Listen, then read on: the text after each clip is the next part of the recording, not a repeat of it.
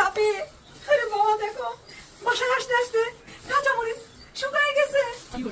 আরে বাবা, রসুনের এইগুলো তো পুড়ে গেছে।